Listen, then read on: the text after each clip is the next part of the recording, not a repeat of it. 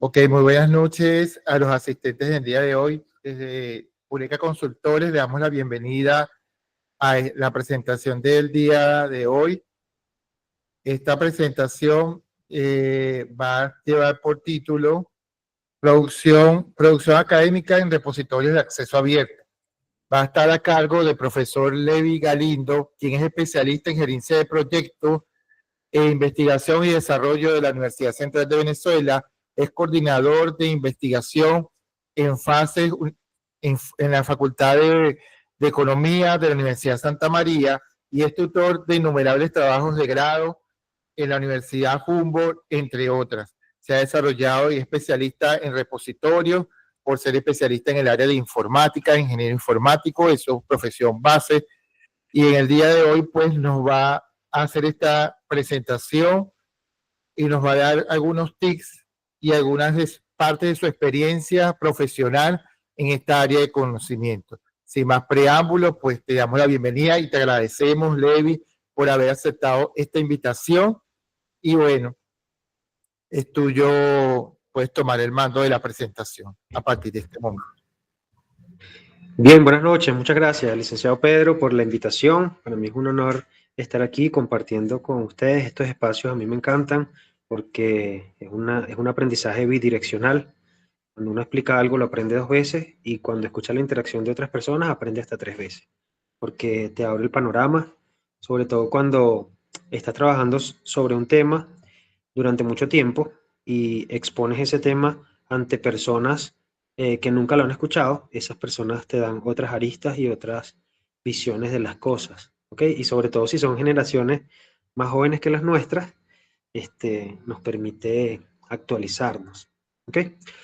Quería saber si ustedes pueden colocar la presentación. Eso, perfecto. Bien, entonces me disculpan los logos que no pude actualizarlos a los de Eureka por razones de tiempo.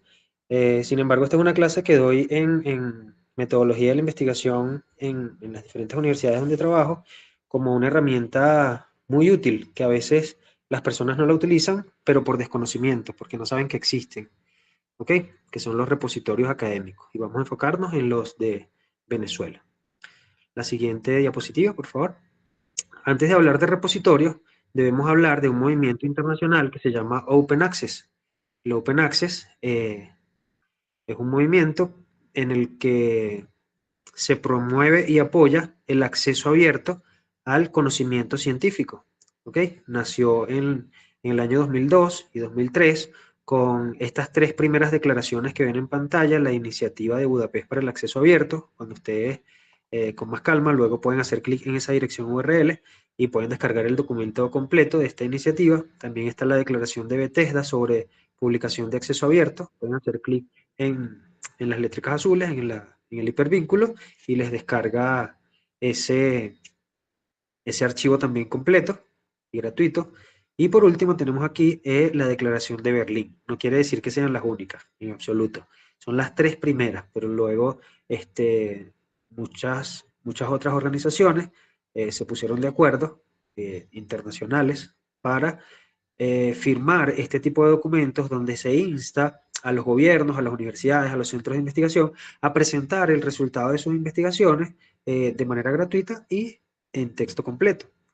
¿Por qué? Porque en ese año, a lo mejor para estas nuevas generaciones, esto es algo como obvio, pero en ese tiempo, para uno poder tener acceso a revistas científicas, había que suscribirse, pagar, ¿ok? Y gracias a este movimiento, ahora hay mucha información científica al alcance de cualquier persona que tenga un dispositivo con conexión a Internet.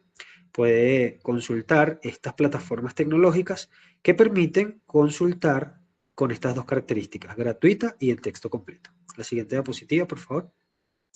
Entonces, este movimiento, Open Access, desarrolló una serie de estrategias, entre ellas algunas que se conocen como la ruta verde y la ruta dorada.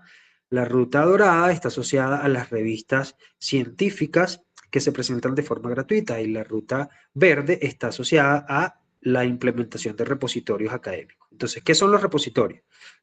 ¿Alguien quiere leerlo? ¿Alguien de los que esté conectado quisiera leer la definición para no hacerlo tan monólogo? o ellos no tienen permisología para activar el micrófono. Si levantan la mano, le podemos dar la permisología. Si levanta alguno la mano, le damos la opción. Ok. Ahí levantó la mano alguien. Ahí le vamos a dar permiso, darle permiso. Ok. Hola, buenas noches, Carlos Lepe de Buenas Argentina. noches. Bueno, lo que está presentando usted habla de los repositorios académicos y lo indica como plataformas tecnológicas que colaboran con la preservación y difusión de los archivos digitales que permiten de alguna manera contener los documentos de carácter académico que van describiendo los resultados que son producto de investigaciones que las realizan en los ámbitos de las instituciones académicas. Y de esta manera se genera el marco del movimiento internacional que se promueve con la lógica del acceso abierto al conocimiento científico a través del medio de Internet. Y aquí muestra usted entonces, resalta en un color distintivo los repositorios académicos como este escenario donde se preserva y se difunde la información de estos productos científicos. Gracias. Qué bonito la participación donde le puso un poquito de él. Muy bien, muchísimas gracias por compartirnos la lectura sobre la definición o una definición, ¿ok? No una verdad absoluta, es una arista, una forma de ver los repositorios. Y en resumen es una página web, en palabras más sencillas, una página web donde se pueden cargar y consultar resultados de investigaciones que se hacen, que se realizan, que se desarrollan en una determinada organización. ¿Ok? Entonces, cada repositorio contiene información que se produce, información científica, información académica, documentos académicos que se producen en esa institución que representa. ¿Ok? Entonces, no van a encontrar una tesis, por ejemplo, de una universidad en el repositorio de otra universidad. Todas las tesis que se desarrollan en esa universidad son las que pueden ser cargadas en este repositorio. ¿Ok? Entonces, seguimos la siguiente diapositiva. Los dos objetivos fundamentales de los repositorios académicos son preservar y difundir. Antes de que, por ejemplo, existieran los repositorios académicos, mucha de la información estaba disgregada. ¿Disgregada dónde? En el correo electrónico del profesor de la universidad, en la nube, en un pendrive, en la computadora de la casa de la persona, ¿ok? Entonces, gracias a esta iniciativa y a esta estrategia llamada repositorios académicos, esa información se puede almacenar. Y almacenar no solamente en un dispositivo y ya, sino se puede almacenar en toda una estructura, una infraestructura tecnológica con mucho mayor seguridad. ¿Ok? Va a estar en un servidor con una aplicación específica para la administración de documentos académicos. El más usado en el mundo actualmente se llama DSpace. Es una aplicación de código abierto que permite precisamente gestionar, almacenar esa información y por supuesto en un ambiente informático seguro, con un servidor, con un respaldo, tal vez con un servidor espejo, con unas medidas de seguridad donde se cambia la dirección IP aleatoriamente para prevenir o evitar los hackeos en esa página, etcétera. Entonces, no solo es almacenar y guardar ella, sino almacenarla con unas medidas de seguridad. Además, clasificarla porque no es lo mismo entrar a una página y buscar información académica y que estén en esa página libros con tesis y artículos y todo esté mezclado, a que si a mí me interesa buscar trabajo de grado, vaya a la sección de trabajo de grado, o si me interesan libros completos, yo voy a la sección de libros, o si me interesan artículos científicos, ir a la sección. Entonces la clasificación también es importante.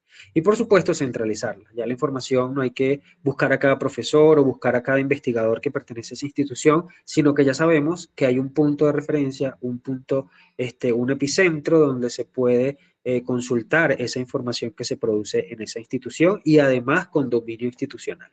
Por ejemplo, en la Universidad Central de Venezuela está el repositorio institucional Saber UCB y la dirección URL es http://saber.ucb.be. Entonces, esa dirección URL con dominio institucional también respalda la información, además de la centralización. ¿Okay? No está guardado en cualquier parte, sino que está guardado en un servidor que está identificado con la institución. Entonces también nos da respaldo de que esa información que está allí está validada por una institución académica.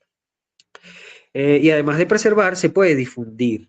¿Okay? Anteriormente, los que son de mi generación, cuando compartíamos información con los estudiantes, A veces lo que hacíamos era, hagan una lista y coloquen allí su nombre, apellido, correo electrónico. Entonces no lo escribía bien o no se entendía la letra o al momento de uno transcribir la dirección para enviar esa presentación o esa guía de estudio, lo que sea, no lo escribía bien y se perdía esa información a esa persona.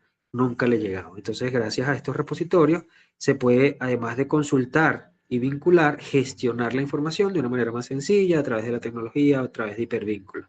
Y también estos repositorios convierten esos formularios de descripción de la información al momento de cargar el PDF con el título, el autor, el año de publicación, la revista donde se publicó el año, el número, el resumen, la afiliación, todas esas características de un documento académico lo convierte en metadatos y entre esos metadatos está el nombre del autor.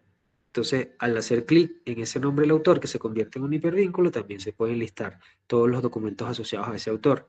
Si no nos llama la atención tanto el autor, sino la temática, también la temática con las palabras claves que están debajo del abstract o del resumen del artículo o de la tesis, esas palabras claves también se convierten en metadatos que permiten vincular otros trabajos asociados a ese mismo tema. ¿Ok? La siguiente diapositiva. Dos tipos de usuario, el usuario final y el usuario autorizado. ¿Por qué hago hincapié en esto? Para reforzar la confiabilidad de esta información. ¿Por qué? Porque cualquier persona en el mundo con una conexión a Internet, un dispositivo, puede consultar los repositorios académicos, pero no cualquier persona puede cargar información en el repositorio. Entonces, ese usuario final es la persona en cualquier parte del mundo a cualquier hora con una conexión a Internet que puede descargar esos archivos y consultarlos, pero no todo el mundo puede cargar información. ¿Quiénes pueden cargar información en los repositorios? Aquellas personas que han pasado por una revisión, una validación a través de las nóminas del personal docente, de los investigadores de ese centro de investigación o de esa universidad, y una vez que validan o confirman que esa persona pertenece a esa institución, además de darle un usuario y una contraseña para entrar al repositorio y cargar información, les dan una charla, una inducción de cómo cargar la información en el repositorio para que pueda ser esta información más aprovechada. ¿Ok? ¿Por qué? Porque no es lo mismo que se entregue toda la información a una persona que se encarga de subir toda esa información a la página a que la cargue el propio investigador. Cuando la información es cargada por el propio investigador, él tiene más dominio del tema y por supuesto en la descripción de ese documento va a ser más rica esa descripción. No es lo mismo que se lo den a una persona que no conoce el tema y cuando la carga, por supuesto, si hay una parte del formulario que él no conoce, la va a dejar en blanco. No es el caso de cuando el mismo investigador es quien carga la información. La siguiente diapositiva. Entonces, los beneficios de estas plataformas tecnológicas web que permiten preservar y difundir el conocimiento científico y la producción académica de estas instituciones fue tan notoria que desde el año 2002 hasta ahorita, por supuesto, muchas instituciones académicas empezaron a implementar los repositorios como una estrategia de divulgación, no solo para dar a conocer la institución, sino también para dar a conocer a los investigadores que forman parte, los miembros de esa comunidad científica. En esta diapositiva ven uno de los directorios generales de repositorios web, ahí en el hipervínculo, cuando hacen clic en esa dirección URL, pueden consultar esta página que se llama Open Door, ahí pueden clasificar los repositorios por país, por región, por software que utilizan, por área temática, etc. Y otro, en la siguiente diapositiva, otro directorio que existe aparte de Open Door, es el registro de repositorios de acceso abierto. ¿Okay? Cumplen la misma función, usted utiliza el directorio que prefiera. ¿Okay? A veces está caído uno, funciona el otro, a veces está caído el otro, funciona uno, pero es difícil que los dos no estén funcionando al mismo momento. Siguiente diapositiva. Ok, entonces llegamos a Venezuela. En Venezuela han habido más de 20 intentos de repositorios institucionales. Algunos se han implementado, algunos no han llegado a la implementación, algunos no se han mantenido en el tiempo, pero estos que están acá en pantalla son los que actualmente están operativos. ¿Okay? El repositorio de la Universidad de los Andes, de la Universidad Central de Venezuela, de la Católica, de la Metropolitana, de la UCLA, etc. ¿Okay? Entonces ahí está el nombre de la Universidad Venezolana y del lado derecho está la dirección URL, el hipervínculo donde pueden consultar este repositorio. ¿Cuál es la diferencia entre consultar tesis o artículos o libros o información en general en Google y en estos repositorios? Bueno, que toda la información que está cargada en estos repositorios es información que ha sido previamente revisada, validada, si se trata de un artículo científico, ha pasado por un proceso de arbitraje, por pares, ciegos, donde si dos árbitros o dos revisores tienen respuesta favorable, el artículo se aprueba, y si dos árbitros opinan que hay que hacer modificaciones, el artículo no se aprueba. Ese es en el caso de los artículos. En el caso de una tesis, esa tesis antes de ser cargada en el repositorio pasó por una tutoría, pasó por un proceso de defensa o de socialización con un jurado calificado para evaluarla y tiene un acta de aprobación, ¿ok? Si es un libro, también pasó por un sello editorial. En el caso de la UCB tenemos varios sellos editoriales, entre ellos el sello editorial CSH-UCB, ¿okay? Que cumple con todos los procesos rigurosos, metodológicos, de revisión de contenido, de corrección de estilo, antes de publicar esos libros. Entonces, en resumen, vale la pena utilizar esta herramienta porque es información que ha sido previamente revisada, validada y aprobada. Aquella información que no cumple con estas características, con este rigor metodológico, científico de contenido, sencillamente no se carga en los repositorios. Entonces, los repositorios también nos ahorran tiempo en cuanto a la consulta de información y luego filtrarla. Ya sabemos que todo lo que está cargado aquí en estos repositorios, tanto en los de Venezuela como los de cualquier país, es información que está avalada por una institución. La siguiente diapositiva. Ok, entonces aquí empiezo a presentar las diferentes interfaces o las páginas de inicio de cada uno de los repositorios y el orden no es casualidad. Colocó el repositorio Saberula de primero porque ellos fueron los pioneros acá en Venezuela en cuanto a la implementación de repositorios. La Universidad de los Andes, desde el año 2002-2003, cuando salieron estas declaraciones que hablé al principio, Budapest, Berlín y Bethesda, ellos inmediatamente empezaron a trabajar en función de implementar su repositorio y actualmente es el repositorio académico más antiguo de Venezuela y el que tiene, por supuesto, más documentos. Luego, en ese momento, yo trabajaba para la Universidad Central de Venezuela y el Parque Tecnológico de Mérida, okay, aquí en Venezuela, le dio una inducción a los empleados que trabajaban en el Departamento de Ciencia, Tecnología e Innovación del Consejo de Desarrollo Científico y Humanístico de la UCB, para que nosotros también implementáramos el repositorio Saber UCB, que es el repositorio de la Universidad Central de Venezuela, aprovechando la experiencia de la Universidad de los Andes. ¿Okay? Por eso el Saber UCB es el segundo repositorio de Venezuela, que a veces nos peleamos. También existen ranking de repositorios y a veces ellos están de primero, a veces nosotros estamos de primero y así. ¿Ok? Pero es una competencia sana. Entonces ellos nos dieron la ULA, la Universidad de los Andes nos dio la inducción a nosotros en la UCB. La siguiente diapositiva vemos la interfaz o la página de inicio del repositorio institucional Saber UCB, ¿okay? La producción académica de la Universidad Central de Venezuela.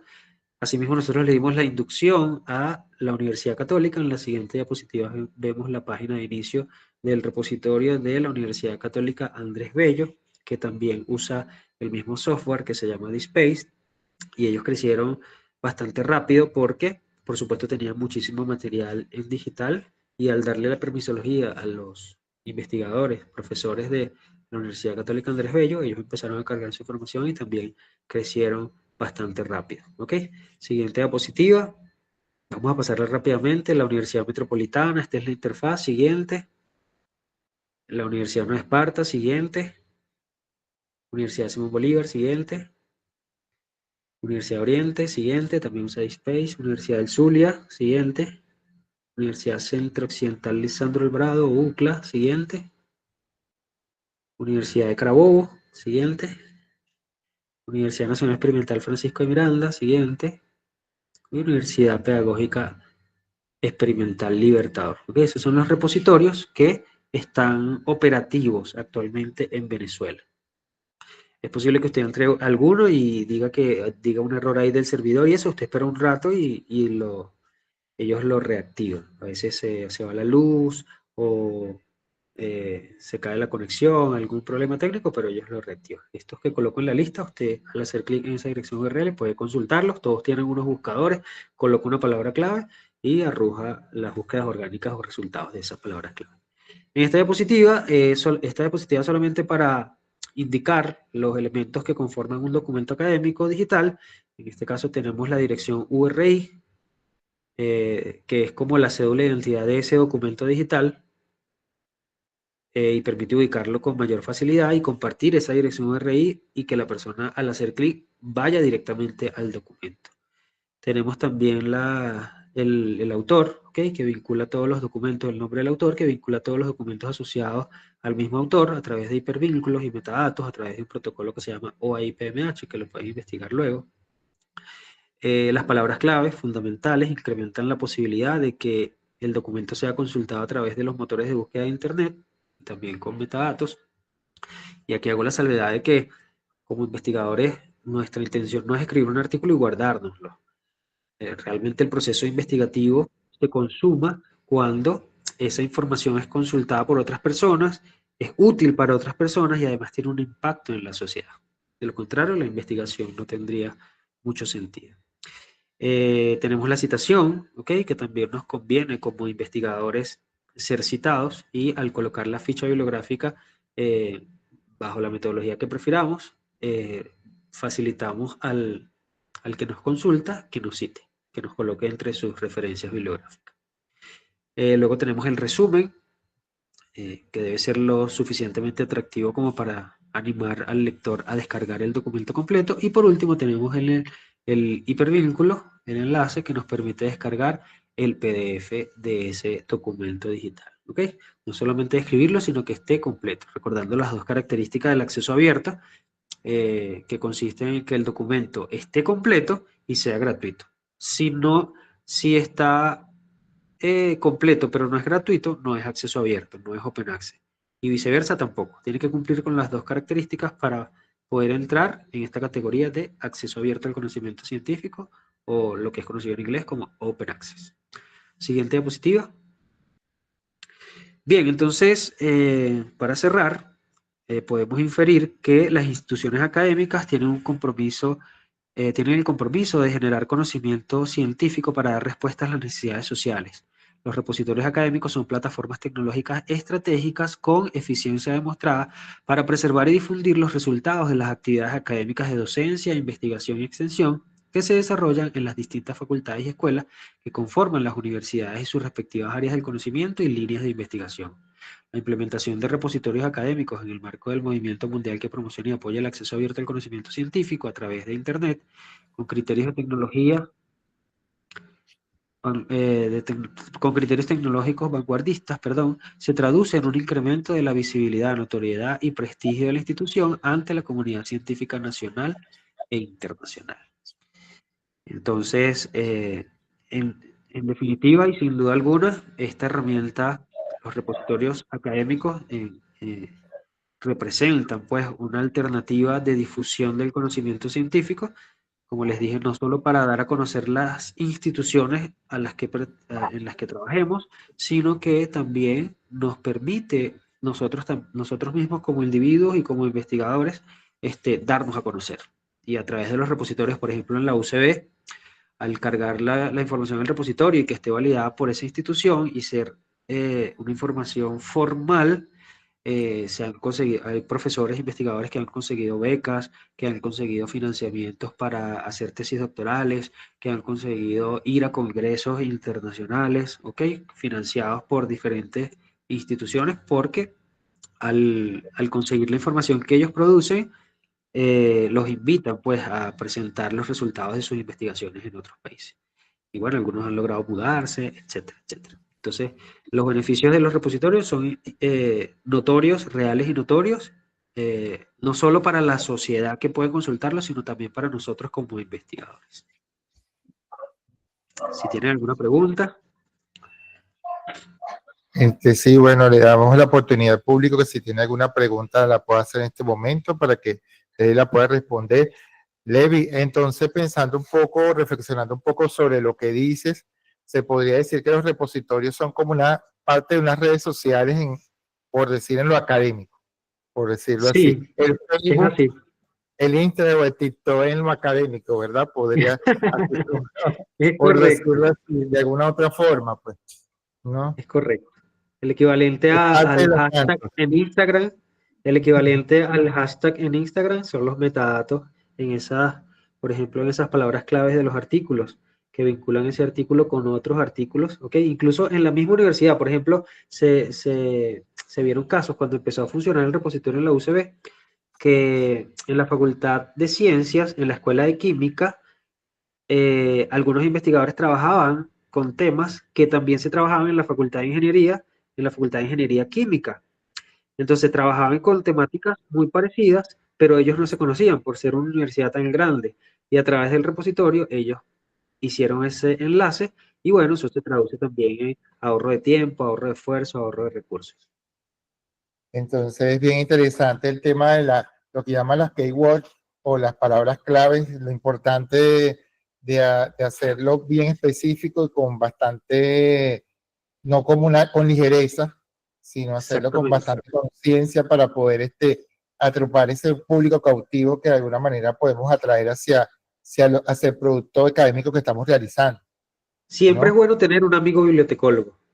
Ese amigo Ya. bibliotecólogo que maneja los tesauros, porque internacionalmente, por ejemplo, en el caso de la gastronomía, ¿verdad? En la gastronomía está un ingrediente que nosotros en Venezuela le decimos cochino, en algunos le dicen cerdo, en algunos le dicen marrano, entonces Sancho. es Fíjate la de chancho. Sancho. Entonces hay palabras que de acuerdo a la cultura de cada país tienen una connotación distinta y hay personas expertas que nos indican cuál es el término más global para colocarlo entre las palabras claves y de esta manera incrementar las posibilidades de consulta de nuestro documento. Exacto, eso me hace recordar mucho a la frase célebre de Eugenio Garfield que dice publicar o perecer. Bueno, que es una frase que a veces más bien genera estrés entre los investigadores, también a lo de ese dejar legados, pues, porque a veces publicamos, o sea, desarrollamos muchas investigaciones, pero nadie sabe que lo estamos haciendo. Entonces, lo importante de la divulgación científica también, pues. Y por eso los repositorios juegan un papel clave dentro de esa divulgación. Porque De de acuerdo. hecho, yo me recuerdo cuando yo me gradué, me dieron mención publicación, pero si yo no me hice esos match con los repositorios, como saber UCB, entonces nadie pudiera saber que en algún momento yo hice algo, y más en esta época donde nos encontramos, que después de la pandemia, evidentemente podemos decir antes y después de pandemia, el tema tecnológico pues agarró un auge mayor. Te hago una pregunta, a ver si, bueno, si está dentro de tu alcance como ingeniero informático en esta área de repositorio, ¿cómo está ligado el área de los repositorios institucionales o académicos y con la inteligencia artificial? ¿Qué pudieras decirnos de manera general? ¿Cómo pudiera? Directamente relacionado. Las aplicaciones de inteligencia artificial gratuitas tienen la base de datos hasta el año 2021 y los repositorios alimentaron esas bases de datos que utilizan que utilizan la inteligencia artificial. Y las que son privadas utilizan los repositorios de la información que se cargó hoy. Bueno, no sé si hay alguien más de los que estén en la audiencia quisiera pues hacer alguna pregunta a Levi, aprovechar este espacio. Estos espacios que además de ser importantes son gratuitos y nos ayudan a, como decía Levi, a aprender, porque también nosotros aprendemos y no hay pregunta Exactamente. como dice tonta, Es sino correcto. esa Si no, yo pregunta puedo es, preguntar también. A mí me encanta claro, preguntar, yo puedo también, preguntar.